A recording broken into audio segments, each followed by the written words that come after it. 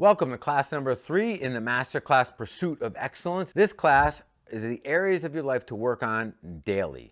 Now, I've broken these into two buckets for you. Personal part of our life and then kind of our professional side of our life. Okay, so we'll start with the personal side of our life. Number one, what I call energy, right? Every day we have work to do, and we get up in the morning and we go to bed at night, and in between, the amount of work, how well we do it, the quality of it, the impact that we make during the day will be directly relative to the energy that we have to get through the day. And energy is something that we can control and manage, right? But it's something that we put very little attention into. We just assume we wake up rested and we're tired by the time we go to bed at the end of the day. Well, how many of you get halfway through the day and you're wiped out, you're exhausted, you're tired, you want to take a nap, right? We can control that, but appreciate there's a direct connection between our pursuit of excellence and the level of energy we have to do it. Now, a little insider here, right? Be aware of your nutrition. This is a giant chemical factory right here. And what we put into it every single time alters the homeostasis that's happening inside our body. It changes us. That's why you get jolts from sugar and caffeine and other delayed effects from gluten-filled products, right? Be aware of what goes in your body because it results in the amount of energy you have to succeed in a daily basis directly relative to how well you can pursue excellence.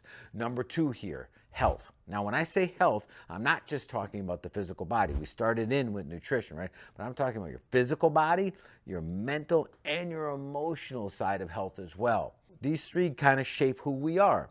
And I mentioned in an earlier masterclass the tie between how we feel, emotions turn into feelings, right? How we feel and how that is directly connected to the results that we get, the actions that we take and the results that we get. So it stands to matter that we should manage this as well and be aware of it, not just plow through each day. And I know we're tough and I know we have high work ethic and all that kind of stuff, but the more we're aware of this and the more aware of how in control we are of it, the better we can make it. Look at it as if you're a Formula One car, right?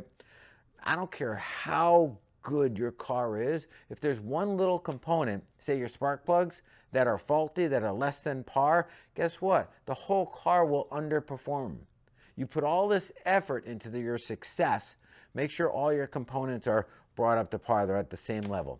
And then the final one here in our personal is our mindset. And to me, there's only two mindsets. One believes that the world, circumstances happen to us and that we're an effect of everything around us. The second one believes that we happen to the world and that we affect what's going on around us, right? From my perspective, I believe that the world happens for us and not to us. And that's what opens up opportunities and creates a space where anything is possible. See, when we believe that we're an effect of everything that's happening around us, all we can do is react, but we can't strategize, we can't plan, we can't go first. When we believe that everything is going to respond to our first step, now we get to write the plan. We get to dictate the pace, how and when things happen.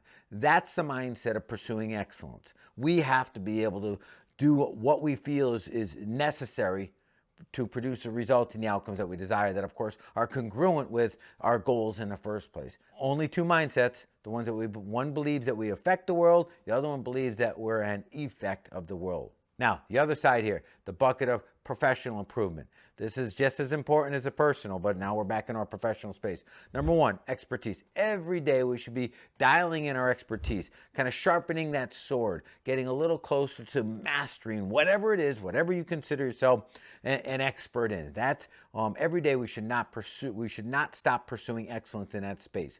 Number two, equally as important though, is our capacity to execute on our expertise. Now, I know a lot of people that are really smart people. They're the best at what they do in a knowledge context, but when it comes to delivering it, they don't have the capacity to do it.